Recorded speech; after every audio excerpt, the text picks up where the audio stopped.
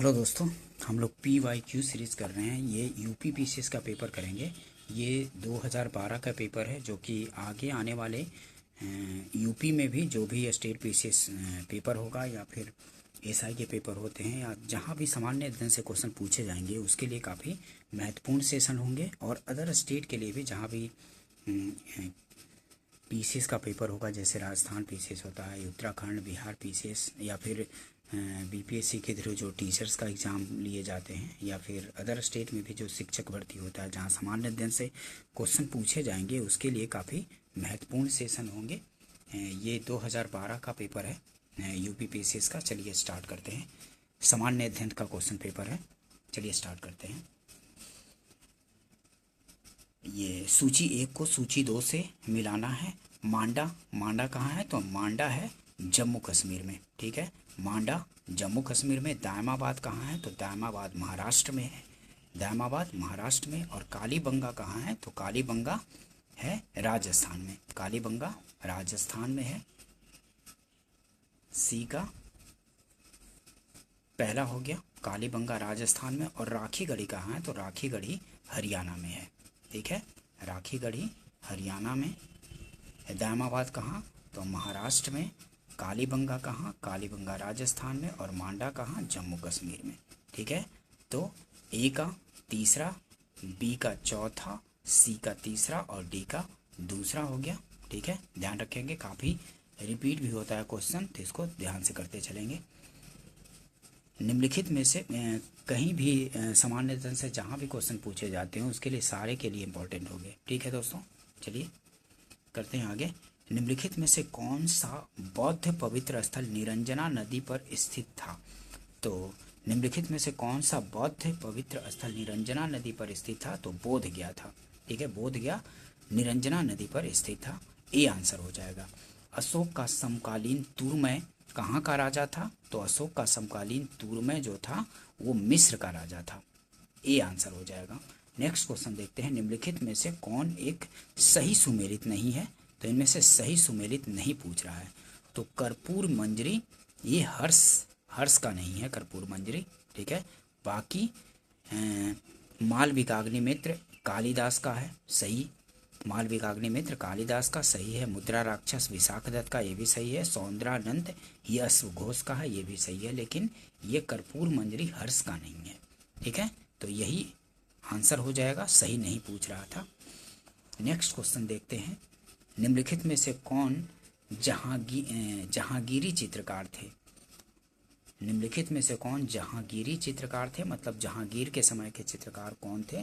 तो इनमें से अबुल हसन और अकारिजा जो थे, अबुल हसन और अकारिजा दूसरा, और तीसरा ये जहांगीर के समय के चित्रकार थे, अबुल हसन और अकारिजा।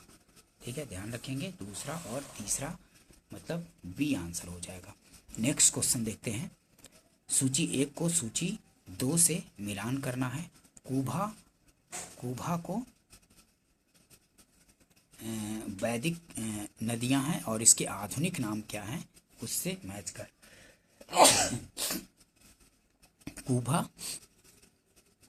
कुभा का आधुनिक नाम क्या है? तो कुभा का आधुनिक नाम है काबुल। ठीक है, कुभा का आधुनिक नाम है काबुल। ए का दूसरा। और पारूसनी का आधुनिक नाम क्या है? पारूसनी का आधुनिक नाम है रावी। पारूसनी का आधुनिक नाम है रावी। और सदानीरा का आधुनिक नाम है, सदानीरा का गंडक है, सदानीरा का गंडक। और शतुद्री का आधुनिक नाम है सतलज। ये काफ़ी पूछा जाता है, इसको ध्यान से करते चलेंगे। वैदिक नदियाँ और उसके आधुनिक नाम से काफ़ी बार रिपीट होता है। कुभा का काबुल है नाम, और पारूसनी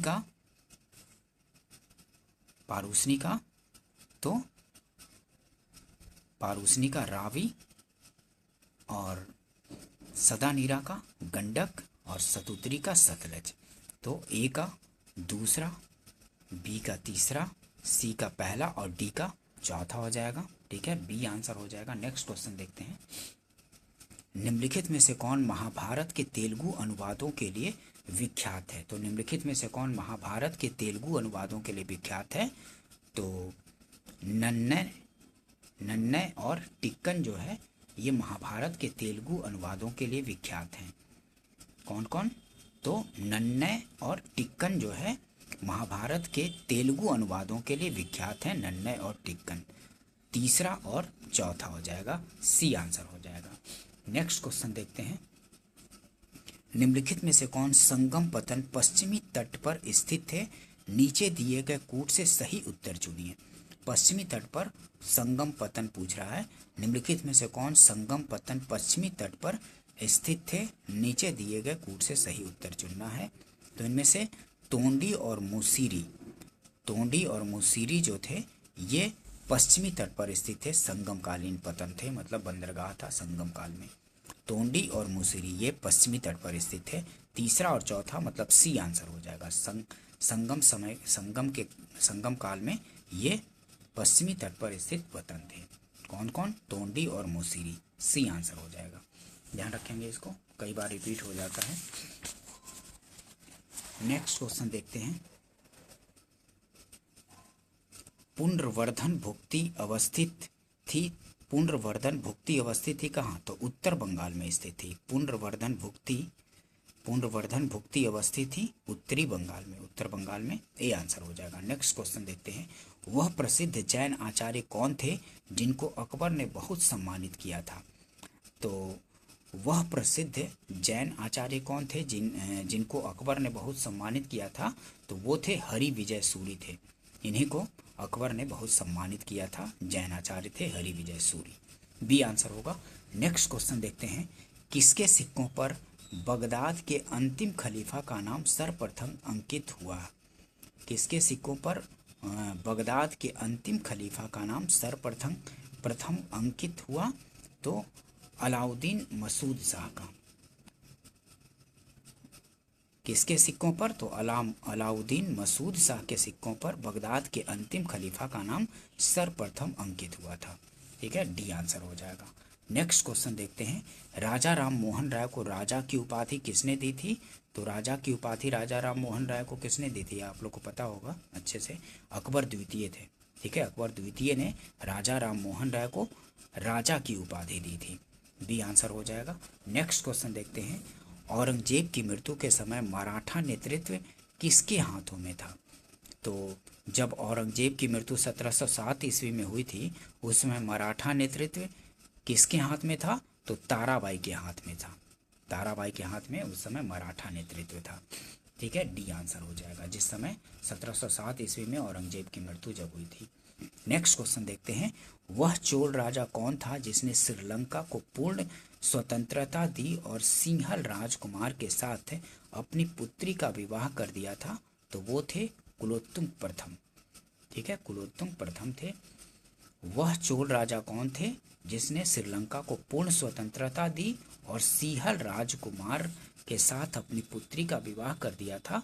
तो वो थे कुलोत्तुंग प्रथम, जिसने कि श्रीलंका को स्वतंत्रता दी पूर्ण रूप से और सिंहल राजकुमार के साथ अपनी पुत्री का विवाह कर दिया था, वो थे कुलोत्तुंग प्रथम।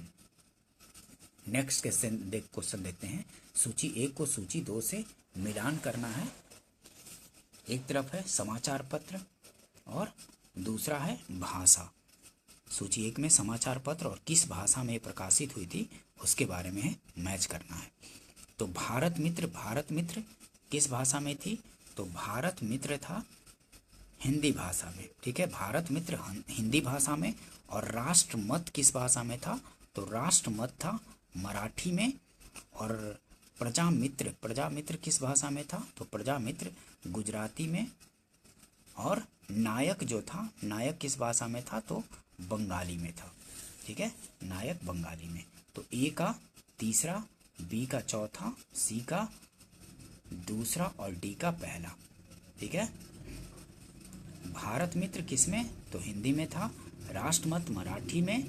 और नायक किस में था? तो बंगाली में। और प्रजामित्र गुजराती में था। ध्यान रखेंगे, सी आंसर हो जाएगा। नेक्स्ट क्वेश्चन देखते हैं, 1937 के चुनाव के पश्चात उत्तर प्रदेश में गठित मंत्रिमंडल में किसको वित्त विभाग सौंपा गया था? तो गोविंद वल्लभ पंत को सौंपा गया था। 1937 के चुनाव के पश्चात उत्तर प्रदेश यूपी में गठित मंत्रिमंडल में किसको वित्त विभाग सौंपा गया था? तो गोविंद वल्लभ पंत को सौंपा गया था वित्त विभाग। ये आंसर हो जाएगा। नेक्स्ट क्वेश्चन देखते हैं, निम्नलिखित में से किन आंदोलनों ने महिलाओं को घर की चार दीवारी से बाहर निकाला था? ये पूछ रहा है कि इनमें से किस आंदोलन ने, निम्नलिखित में से किन आंदोलनों ने महिलाओं को घर की चार दीवारी से बाहर निकाला? तो स्वदेशी आंदोलन इसने निकाला था, ठीक है, चार दीवारी से महिलाओं को बाहर। होम रूल आंदोलन ने इसने भी, और असहयोग आंदोलन इसने भी, और सविनय अवज्ञा आंदोलन इसने भी। मतलब इन चारों आंदोलनों में स्वदेशी आंदोलन, होम रूल आंदोलन, असहयोग और सविनय अवज्ञा आंदोलन, इन सब में महिलाएं घर की चार दीवारी से बाहर आई थी, ठीक है, आंदोलन करने के लिए। ध्यान रखेंगे। तो डी आंसर हो जाएगा। 1, 2, 3 और 4 चारों सही हो जाएगा। नेक्स्ट क्वेश्चन देखते हैं, वे राष्ट्रीय नेता कौन थे जो 1925 में सेंट्रल लेजिस्लेटिव असेंबली के अध्यक्ष निर्वाचित हुए थे? तो वो थे विट्ठल भाई पटेल थे, ठीक है, ध्यान रखेंगे। डी आंसर हो जाएगा। वे राष्ट्रीय नेता कौन थे जो 1925 में 1925 में सेंट्रल लेजिस्लेटिव असेंबली के अध्यक्ष निर्वाचित हुए थे? तो वो थे विट्ठल भाई पटेल। ये क्वेश्चन काफ़ी रिपीट होता है, ध्यान रखेंगे। विट्ठल भाई पटेल के बारे में, सेंट्रल लेजिस्लेटिव असेंबली में अध्यक्ष चुने गए थे 1925 ईस्वी में, 1925 में, ठीक है, काफ़ी रिपीट होता है, ध्यान रखेंगे। नेक्स्ट क्वेश्चन देखते हैं, सूची 1 को सूची 2 से मैच करना है। कांग्रेस अध्यक्ष सूची 1 में है, और अधिवेशन स्थान, कौन सा अधिवेशन कहाँ हुआ था? तो डॉक्टर M.A. अंसारी अध्यक्ष थे किस अधिवेशन का? तो M.A. Ansari, doctor M.A. Ansari ये मद्रास अधिवेशन के अध्यक्ष थे, ठीक है, मद्रास अधिवेशन के। और पुरुषोत्तम दास टंडन किस अधिवेशन की अध्यक्षता की थी? तो पुरुषोत्तम दास टंडन ये नासिक अधिवेशन की अध्यक्षता की थी, ठीक है, पुरुषोत्तम दास टंडन नासिक अधिवेशन की। और सरोजनी नायडू कानपुर अधिवेशन की अध्यक्षता की थी। सरोजनी नायडू कानपुर अधिवेशन की अध्यक्षता की थी, ठीक है, ध्यान रखेंगे। 1920 ये सरोजनी नायडू 1925 में की थी कानपुर में। और सुभाष चंद्र बोस किसके किए थे? तो सुभाष चंद्र बोस किए थे हरिपुरा अधिवेशन 1938 में जो हुआ था उस अधिवेशन की अध्यक्षता किए थे सुभाष चंद्र बोस 1938 में, ठीक है, ध्यान रखेंगे, हरिपुरा अधिवेशन का। तो कौन सा हो जाएगा? ए का तीसरा, बी का चौथा, सी का दूसरा और डी का पहला, सी आंसर हो जाएगा। ध्यान रखेंगे, काफ़ी बार रिपीट होता है अधिवेशन और किस स्थान पे हुआ था। निम्नलिखित कॉलेजों में सर्वप्रथम किसकी स्थापना हुई थी? तो हिंदू कॉलेज कलकत्ता की स्थापना इनमें सबसे पहले हुई थी। Hindu college Calcutta, Delhi college, Mayo college, Muslim Anglo Oriental college, तो इन सब में हिंदू कॉलेज कलकत्ता की स्थापना सबसे पहले हुई थी। ये आंसर हो जाएगा। नेक्स्ट क्वेश्चन देखते हैं, किस अधिनियम ने भारतवासियों को अपने देश के प्रशासन में कुछ हिस्सा लेना संभव बनाया था? तो किस अधिनियम ने भारतवासियों को अपने देश के प्रशासन में कुछ हिस्सा लेना संभव बनाया था? तो वो था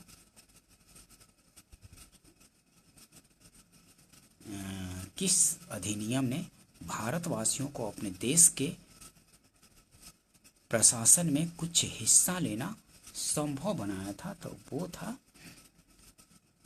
1861 का अधिनियम था, ठीक है। 1861 के अधिनियम से पहली बार वहाँ के मतलब कि परिषद में भारतीयों को चुना गया था, ठीक है, टी आंसर हो जाएगा। इंडियन काउंसिल एक्ट 1861 से ये किस अधिनियम ने भारतवासियों को अपने देश के प्रशासन में कुछ हिस्सा लेना संभव बनाया था? तो इंडियन काउंसिल एक्ट 1861 ने बनाया था, ठीक है, ध्यान रखेंगे, डी आंसर हो जाएगा।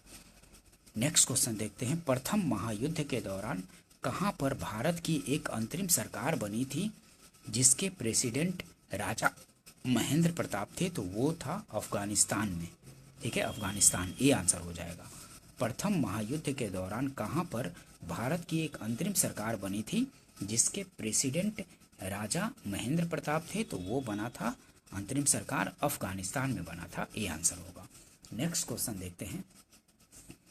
शारदा अधिनियम के अंतर्गत लड़कियों एवं लड़कों के विवाह की न्यूनतम आयु क्रमशः कितने निर्धारित की गई थी? तो शारदा अधिनियम के अंतर्गत लड़कियों एवं लड़कों के विवाह की न्यूनतम आयु क्रमशः कितनी निर्धारित की गई थी? तो शारदा अधिनियम के तहत लड़कियों के लिए 14 वर्ष और लड़कों के लिए 18 वर्ष निर्धारित की गई थी। तो बी आंसर हो जाएगा। शारदा अधिनियम के अंतर्गत लड़कियों की आयु 14 और लड़कों का 18 वर्ष निर्धारित किया गया था। बी आंसर होगा, ध्यान रखेंगे इसको, काफ़ी बार रिपीट होता है। नेक्स्ट क्वेश्चन देखते हैं। लंदन में ब्रिटिश ईस्ट इंडिया कंपनी के गठन के समय भारत का निम्नलिखित में से कौन बादशाह था? तो लंदन में ब्रिटिश ईस्ट इंडिया कंपनी के गठन के समय, मतलब जब लंदन में ब्रिटिश ईस्ट इंडिया कंपनी का गठन हुआ था, कब गठन हुआ था? तो 1599 ईस्वी में ईस्ट इंडिया कंपनी का गठन हुआ था। तो उस समय और 1600 ईस्वी में इसको चार्टर के थ्रू भारत मतलब कि ईस्ट मतलब कि भारत में और पूर्वी क्षेत्रों में व्यापार करने के लिए चार्टर दिया गया था 15 सालों के लिए 1600 में। ठीक है, तो उस समय जो थे भारत में शासन को किसका शासन था? तो अकबर था बादशाह उस समय। ठीक है, जिस समय ब्रिटिश ईस्ट इंडिया कंपनी का गठन किया गया था। तो भारत का निम्नलिखित में से कौन बादशाह था? तो उस समय अकबर बादशाह था। ध्यान रखेंगे, ध्यान रखें, इस काफ़ी बार रिपीट होता है।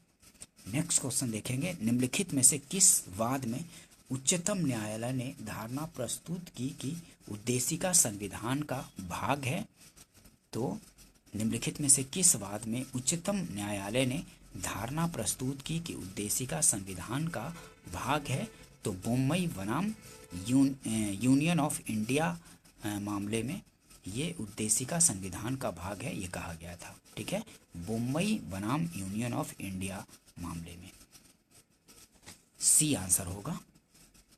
और केशवानंद भारती केस में भी बोला गया था, बम्बई बनाम यूनियन ऑफ इंडिया मामले में और बाद में, और केशवानंद भारती वाले बाद में भी बोला गया था। सी आंसर होगा। नेक्स्ट क्वेश्चन देखते हैं। निम्नलिखित में से किस वाद में उच्चतम न्यायालय ने यह धारणा व्यक्त की कि मूल अधिकार व्यक्ति को जैसा उसे सबसे अच्छा लगे उस तरह अपनी जिंदगी की रूपरेखा तैयार करने के लिए सक्षम बनाते हैं? तो ये था गोलकनाथ बनाम स्टेट ऑफ पंजाब मामले में। ठीक है, गोलकनाथ बनाम स्टेट ऑफ पंजाब मामले में बोला गया था कि मूल अधिकार व्यक्ति को जैसा उसे सबसे अच्छा लगे उस तरह अपनी जिंदगी की रूपरेखा तैयार करने के लिए सक्षम बनाते हैं। ये गोलकनाथ बनाम स्टेट ऑफ पंजाब मामले में ये व्यक्त किया गया था। ठीक है, बी आंसर हो जाएगा, ध्यान रखेंगे इसको। नेक्स्ट क्वेश्चन देखते हैं। निम्नलिखित में से कौन भारत के उपराष्ट्रपति का निर्वाचन करता है? तो भारत के उपराष्ट्रपति का निर्वाचन, इसके निर्वाचक मंडल में कौन कौन शामिल होते हैं? तो लोकसभा के सदस्य और राज्यसभा के सदस्य, मनोनीत और निर्वाचित दोनों होते हैं। लोकसभा का भी और राज्यसभा के भी मतलब सारे सदस्य, मतलब मनोनीत और निर्वाचित दोनों सदस्य भाग लेते हैं इसके निर्वाचक मंडल में होते हैं उपराष्ट्रपति में। तो 1 और 2 दोनों, तो केवल 1 और 2 ए आंसर हो जाएगा, ध्यान रखेंगे, ए आंसर होगा।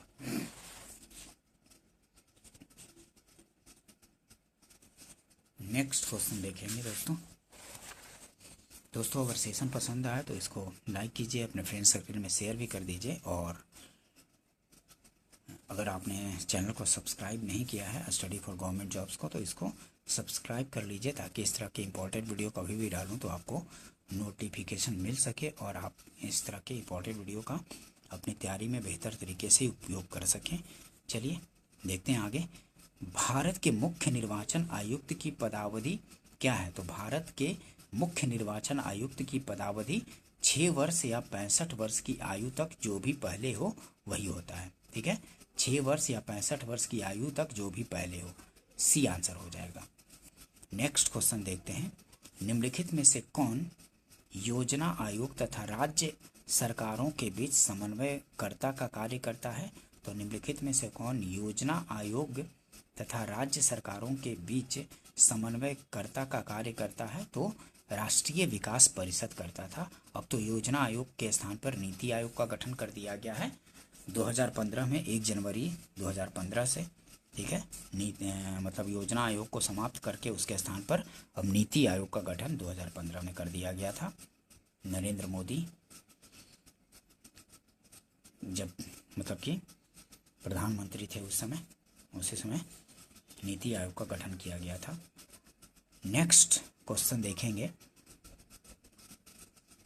निम्नलिखित में से कौन संवैधानिक प्राधिकरण है? नीचे दिए गए कोड से सही उत्तर चुनिए। इनमें से संवैधानिक प्राधिकरण कौन है? तो राज्य निर्वाचन आयोग एक संवैधानिक प्राधिकरण है, राज्य वित्त आयोग ये भी है, जिला पंचायत ये भी है, और राज्य निर्वाचन अधिकारी ये नहीं संवैधानिक प्राधिकरण है। ये तीनों है, राज्य निर्वाचन आयोग, राज्य वित्त आयोग और जिला पंचायत, ये तीनों संवैधानिक प्राधिकरण है। 1, 2 और 3 बी आंसर हो जाएगा। नेक्स्ट क्वेश्चन देखते हैं, निम्नलिखित में से किसके द्वारा भारत के नियंत्रक एवं महालेखा परीक्षक के पद का सृजन किया गया था? तो भारत के नियंत्रक एवं महालेखा परीक्षक, कंप्ट्रोलर एंड ऑडिटर जनरल के पद का सृजन किसके द्वारा किया गया था? तो संविधान में ही निहित है। ठीक है, कैग के बारे में, नियंत्रक एवं महालेखा परीक्षक के पद का सृजन के बारे में संविधान में ही ये संवैधानिक प्राधिकरण है। ठीक है, ध्यान रखेंगे इसको, कैग बी आंसर हो जाएगा, संविधान द्वारा। नेक्स्ट क्वेश्चन देखते हैं, धन विधेयक कहाँ पर स्थापित किया जाता है? तो धन विधेयक कहाँ पर स्थापित किया जाता है, मतलब कहाँ, किस सदन में लाया जाता है धन विधेयक? तो धन विधेयक को लोकसभा में ही लाया जाता है। धन विधेयक कहाँ पर स्थापित किया जाता है? तो लोकसभा में स्थापित किया जाता है, मतलब लाया जाता है। ये आंसर हो जाएगा। नेक्स्ट क्वेश्चन देखते हैं, लोकसभा और राज्यसभा की संयुक्त बैठक किसके द्वारा आहूत की जाती है? तो लोकसभा और राज्यसभा की संयुक्त बैठक किसके द्वारा आहूत की जाती है? तो राष्ट्रपति द्वारा आहूत की जाती है। ए आंसर होगा, ध्यान रखेंगे इसको। नेक्स्ट क्वेश्चन देखते हैं, मंत्रिपरिषद सामूहिक रूप से निम्न में से किसके प्रति उत्तरदायी है? तो मंत्रिपरिषद सामूहिक रूप से किसके प्रति? तो लोकसभा के प्रति उत्तरदायी होती है मंत्रिपरिषद। डी आंसर हो जाएगा। मंत्रिपरिषद सामूहिक रूप से निम्न में से किसके प्रति उत्तरदायी है? तो लोकसभा के प्रति उत्तरदायी है। डी आंसर होगा। नेक्स्ट क्वेश्चन देखते हैं, निम्नलिखित में से कौन राज्यपाल की नियुक्ति करता है? तो राज्यपाल की नियुक्ति कौन करता है? ये तो आप लोग को पता है अच्छे से कि भारत के राष्ट्रपति जो होते हैं वही राज्यपाल की नियुक्ति करते हैं। निम्नलिखित में से कौन राज्यपाल की नियुक्ति करता है? तो भारत के राष्ट्रपति करते हैं। डी आंसर हो जाएगा। नेक्स्ट क्वेश्चन देखते हैं, किस सदन के सदस्यों द्वारा बहुमत से अविश्वास प्रस्ताव पास होने पर मंत्रिपरिषद को त्याग पत्र देना पड़ेगा? तो लोकसभा के। ठीक है, किस सदन के सदस्यों द्वारा बहुमत से अविश्वास प्रस्ताव पास होने पर मंत्रिपरिषद को त्याग पत्र देना पड़ेगा? तो लोकसभा में अगर अविश्वास प्रस्ताव पास कर दिया जाता है तो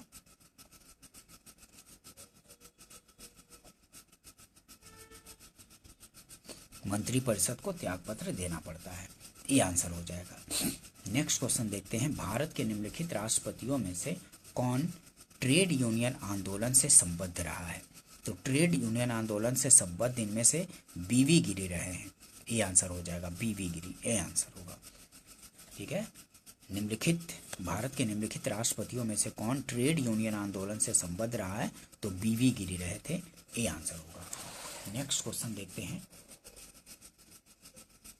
संविधान के अंतर्गत उच्चतम न्यायालय से विधि के प्रश्न पर राय लेने का अधिकार किसको है? तो संविधान के अंतर्गत उच्चतम न्यायालय से विधि के प्रश्न पर राय लेने का अधिकार राष्ट्रपति को है। ये आंसर हो जाएगा, राष्ट्रपति को है। संविधान के अंतर्गत उच्चतम न्यायालय से विधि के प्रश्न पर राय लेने का अधिकार राष्ट्रपति को है। ये आंसर होगा। नेक्स्ट क्वेश्चन देखते हैं, निम्नलिखित में से किसकी संस्तुति पर भारतीय संविधान में मूल कर्तव्य को शामिल किया गया? तो मूल कर्तव्य को किसके संस्तुति पर शामिल किया गया संविधान में? तो स्वर्ण सिंह समिति के सिफारिश पर।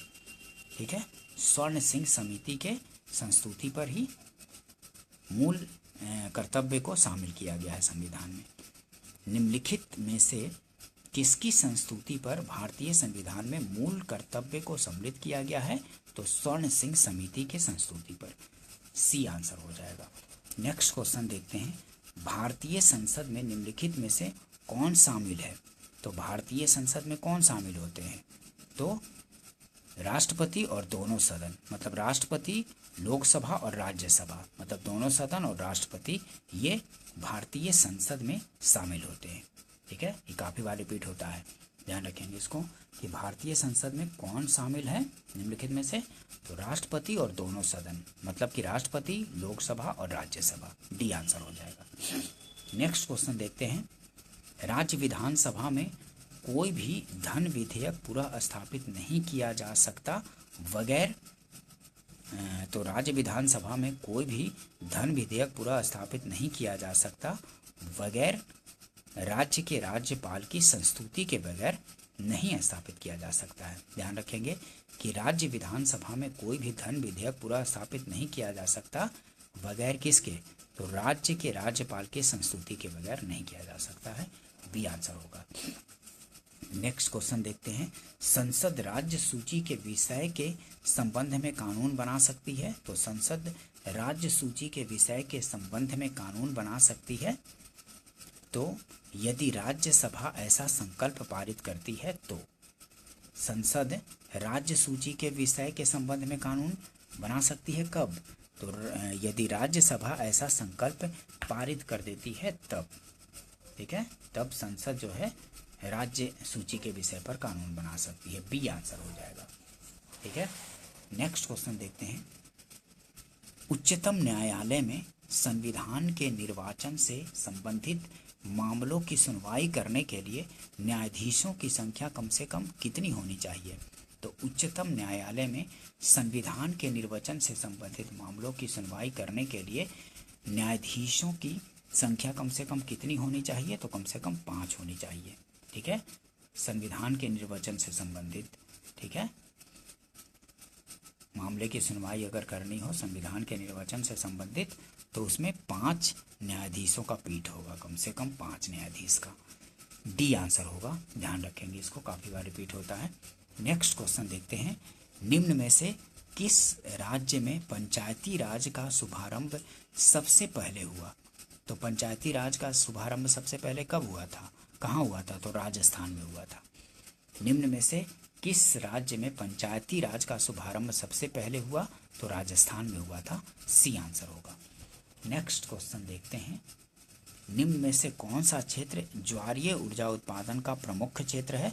तो ज्वारीय ऊर्जा उत्पादन का प्रमुख क्षेत्र है इनमें से खंभात की खाड़ी है। बंगाल की खाड़ी, मन्नार की खाड़ी, खंभात की खाड़ी और कच्छ की खाड़ी, तो खंभात की खाड़ी है। सी आंसर होगा। ज्वारीय ऊर्जा उत्पादन का प्रमुख क्षेत्र खंभात की खाड़ी। सी आंसर होगा। नेक्स्ट क्वेश्चन देखते हैं, इन पश्चिम वाहिनी नदियों में से कौन 2 पर्वत श्रेणियों के बीच बहती है? तो ये है नर्मदा। ठीक है, नर्मदा नदी जो है 2 पर्वत श्रेणियों के बीच बहती है पश्चिम की ओर। ध्यान रखेंगे इसको। बी आंसर होगा। नेक्स्ट क्वेश्चन देखते हैं, निम्न में से कौन सही सुमेलित है? इनमें से सही सुमेलित कौन है? तो ये कोलेरू कहाँ है? कोलेरू झील कहाँ है? तो आंध्र प्रदेश में यही सुमेलित है।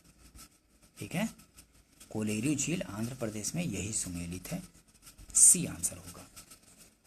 काजीरंगा किसके लिए जाना जाता है? तो काजीरंगा राष्ट्रीय उद्यान किसके लिए जाना जाता है? तो गैंडों के लिए जाना जाता है, गैंडा के लिए।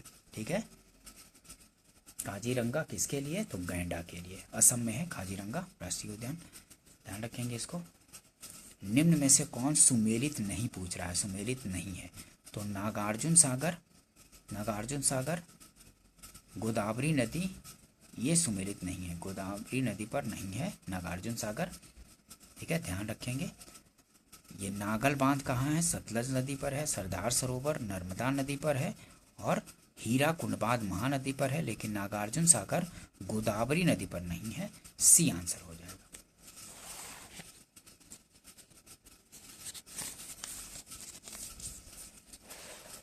नेक्स्ट क्वेश्चन देखेंगे, भारत में अधिकांश प्राकृतिक गैस का उत्पादन निम्न में से कहाँ से किया जाता है? तो अधिकांश भारत के अधिकांश प्राकृतिक गैस का उत्पादन निम्न में से कहाँ से किया जाता है? तो इनमें आंध्र प्रदेश तट, गुजरात तट, बम्बई हाई, तमिलनाडु तट। तो इनमें आंध्र प्रदेश तट, इसको थोड़ा अभी करंट से अपडेट करना पड़ेगा। ऐसे आंध्र प्रदेश तक ध्यान रखें, लेकिन अभी इसको करंट से थोड़ा अपडेट करना पड़ेगा। नेक्स्ट क्वेश्चन देखते हैं, निम्नलिखित राज्यों में से किसके द्वारा अपना वन अपना धन योजना प्रारंभ की गई है? तो अपना वन अपना धन योजना हिमाचल प्रदेश द्वारा शुरू की गई थी उस समय। निम्नलिखित राज्यों में से किसके द्वारा अपना वन अपना धन योजना प्रारंभ की गई? तो हिमाचल प्रदेश द्वारा की गई थी। नेक्स्ट क्वेश्चन देखते हैं, क्षेत्रफल की दृष्टि से निम्न देशों का सही आरोही क्रम कौन सा है? क्षेत्रफल की दृष्टि से निम्न देशों का सही आरोही क्रम, तो मतलब बढ़ते हुए क्रम में, आरोही क्रम में दिखाना है।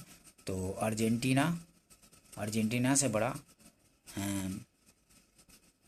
भारत से बड़ा ऑस्ट्रेलिया से बड़ा ब्राज़ील। ठीक है, तो सी आंसर हो जाएगा। क्षेत्रफल की दृष्टि से निम्न देशों का सही आरोही क्रम कौन सा है? तो अर्जेंटीना सबसे पहले, उससे बड़ा भारत, उससे बड़ा ऑस्ट्रेलिया, उससे बड़ा ब्राज़ील है। सी आंसर हो जाएगा। नेक्स्ट क्वेश्चन देखते हैं, निम्न में से कौन सा देश हीरा का सबसे बड़ा उत्पादक है? तो हीरा का सबसे बड़ा इनमें से ऑस्ट्रेलिया, वेनेजुएला, रूस, बोत्सवाना। तो रूस इनमें से सबसे बड़ा उत्पादक है हीरा का। सी आंसर होगा। नेक्स्ट क्वेश्चन देखते हैं, निम्नलिखित में से कौन सा देश युग्म अरब सागर के किनारे है? अरब सागर के किनारे, अरब सागर नहीं, ये अरल सागर है, अरल। ठीक है, ध्यान रखेंगे, अरल सागर के किनारे। तो अरल सागर के किनारे है, सीमा उसका लगता है कजाकिस्तान और उज्बेकिस्तान से लगता है। ठीक है, अरल सागर का किनारा किससे लगता है, किसके बीच में है? तो कजाकिस्तान और उज्बेकिस्तान। ये भी काफ़ी रिपीट होता है, ध्यान रखेंगे इसको। खनन क्षेत्र गुरु महिसानी, तलचर, जादूगोड़ा, जावर, ये किस किस खनिज के लिए हैं? तो गुरु महिसानी में कौन सा खनिज है, कौन सा खनिज मिलता है गुरु महिसानी में? खनन क्षेत्र गुरु महिसानी, तो गुरु महिसानी में है लौह अयस्क है, गुरु महिसानी में लौह अयस्क है। और तलचर में क्या है? तो तलचर में है कोयला, तलचर में कोयला है। और जादूगोड़ा में है यूरेनियम। और जावर में क्या है? तो जावर में है सीसा, ध्यान रखेंगे, जावर में सीसा है। गुरु महिसानी में क्या है? तो लौह अयस्क गुरु महिसानी में है। और तलचर में क्या है? तो तलचर में है कोयला, और जादूगोड़ा में है यूरेनियम, और जाबर में है सीसा, ध्यान रखेंगे इसको। तो 3 4 2 1 हो जाएगा, 3 4 2 1 ये आंसर हो जाएगा। ठीक है,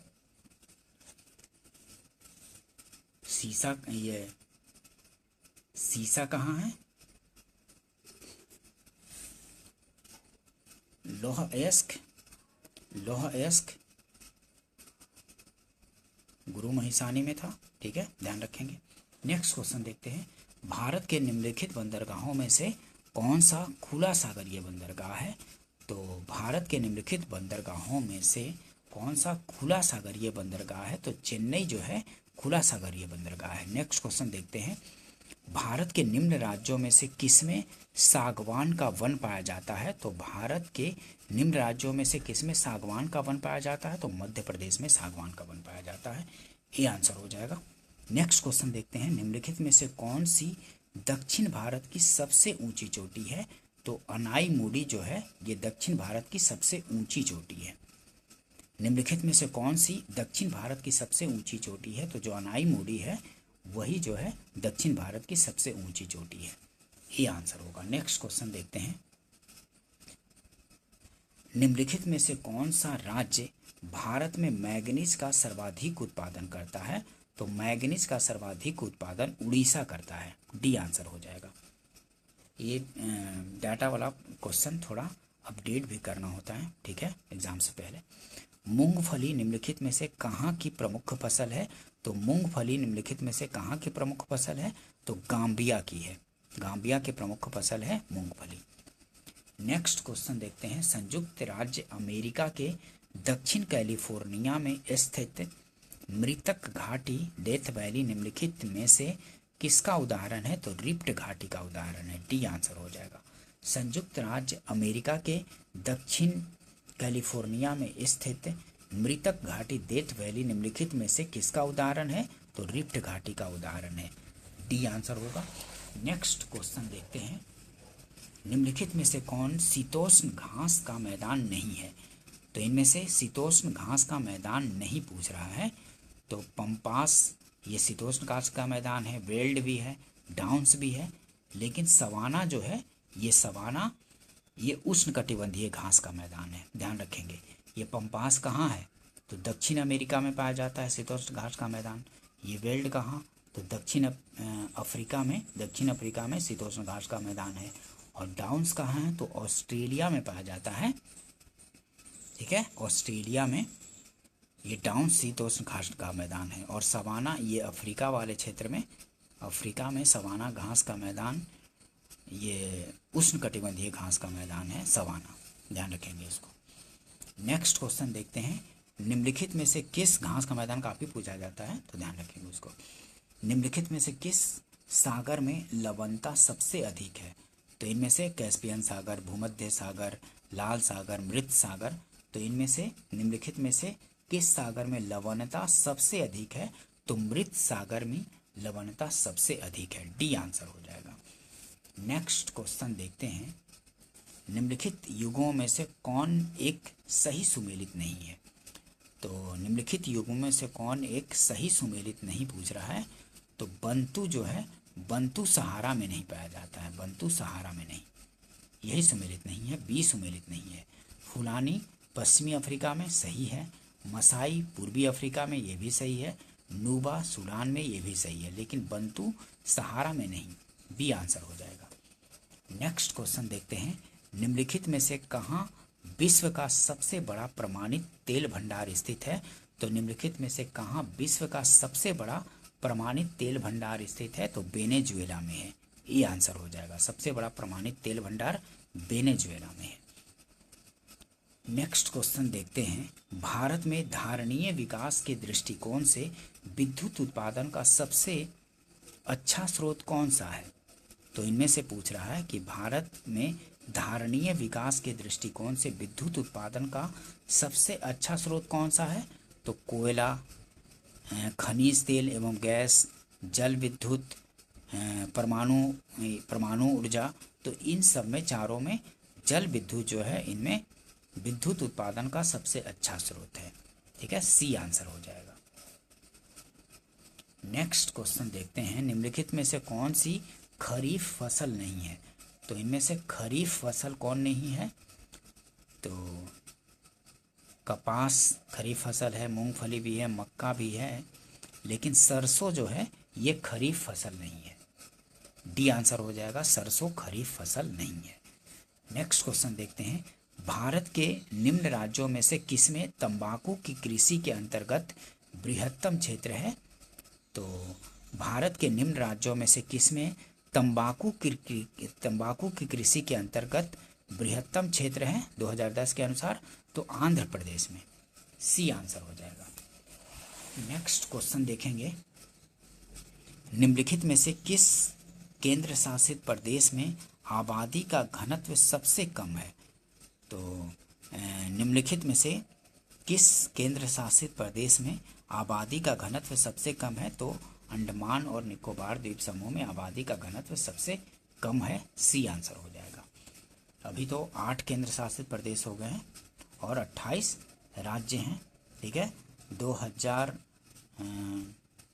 26 जनवरी 2020 से ये स्थिति अभी बनी हुई है, जब दादर नगर हवेली और दमन और दीव को एक ही यूटी बना दिया गया है। तब से अब 8 ही केंद्र शासित प्रदेश हैं और 28 राज्य हैं।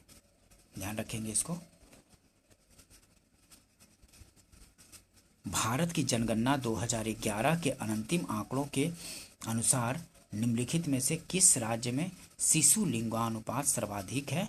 तो इनमें शिशु लिंगान ये भारत की जनगणना 2011 के अंतिम आंकड़ों के अनुसार निम्नलिखित में से किस राज्य में शिशु लिंगानुपात सर्वाधिक है? छत्तीसगढ़, हरियाणा, उत्तर प्रदेश, पंजाब। इनमें छत्तीसगढ़ हो जाएगा, ये आंसर हो जाएगा। नेक्स्ट क्वेश्चन देखते हैं। जैव मंडल स्थल और स्थापना वर्ष, किस जैव मंडल स्थल का स्थापना कब हुआ है वो वर्ष बताना है। तो नीलगिरी का स्थापना वर्ष है 1986। ठीक है, नीलगिरी जैव मंडल स्थल कब स्थापना वर्ष है? तो 1986 है। और नंदा देवी का, तो नंदा देवी 1988 का। और सुंदरवन तो 1989 में स्थापित हुआ। और कंचनजंगा जो है, कंचनजंगा 2000 में स्थापित हुआ। तो ए का चौथा, बी का तीसरा, सी का दूसरा और डी का पहला। ठीक है, ध्यान रखेंगे। नेक्स्ट क्वेश्चन देखते हैं। निम्नलिखित पदार्थों में से कौन से ओजोन रिक्ति कारक हैं? तो इनमें से chlorofluorocarbon, cellulose, carbon tetra chloride. तो इनमें से पूछ रहा है कि निम्नलिखित पदार्थों में से कौन से ओजोन रिक्ति कारक हैं? तो इनमें से ओजोन रिक्ति कारक क्लोरोफ्लोरोकार्बन भी है, हेलोन्स भी है, हेलांस भी, और कार्बन टेट्रा क्लोराइड भी। ये तीनों जो हैं ये ओजोन रिक्ति कारक हैं। डी आंसर हो जाएगा। ठीक है, तीनों ओजोन रिक्ति कारक हैं, डी आंसर होगा, ध्यान रखेंगे इसको। नेक्स्ट क्वेश्चन देखेंगे। इको मार्क उन भारतीय उत्पादों को दिया जाता है। तो इको मार्क उन भारतीय उत्पादों को दिया जाता है, किसको? तो पर्यावरण के प्रति मैत्रीपूर्ण हो उसी को दिया जाता है इको मार्क। इको मार्क उन भारतीय उत्पादों को दिया जाता है जो पर्यावरण के प्रति मैत्रीपूर्ण हो, सी आंसर हो जाएगा। नेक्स्ट क्वेश्चन देखते हैं। 50 से अधिक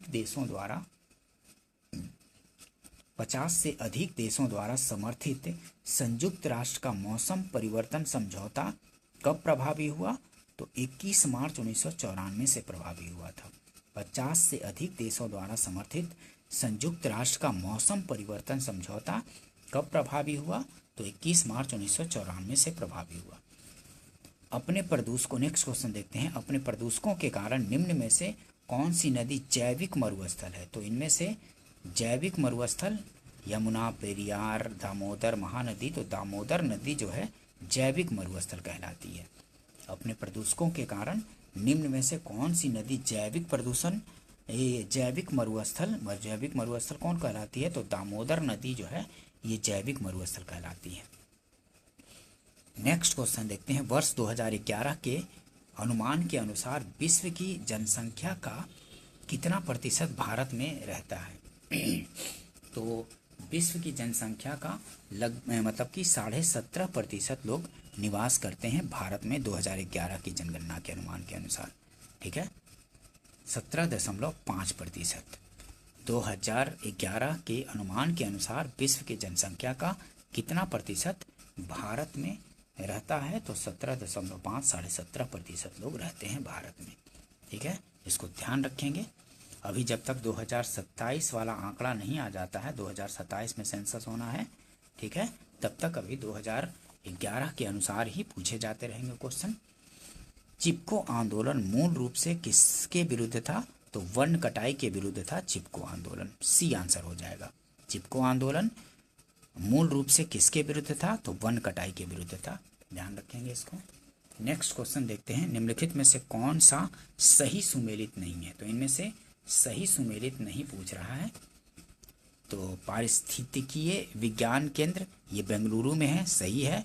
भारतीय वन्य प्राणी संस्थान देहरादून में, ये भी सही है। लेकिन भारतीय वन प्रबंधन संस्थान कोलकाता ये सही नहीं है। भारतीय वन प्रबंधन संस्थान कोलकाता में नहीं है।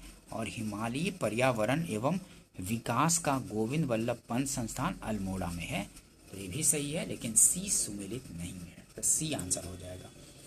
नेक्स्ट क्वेश्चन देखते हैं। पारिस्थितिकीय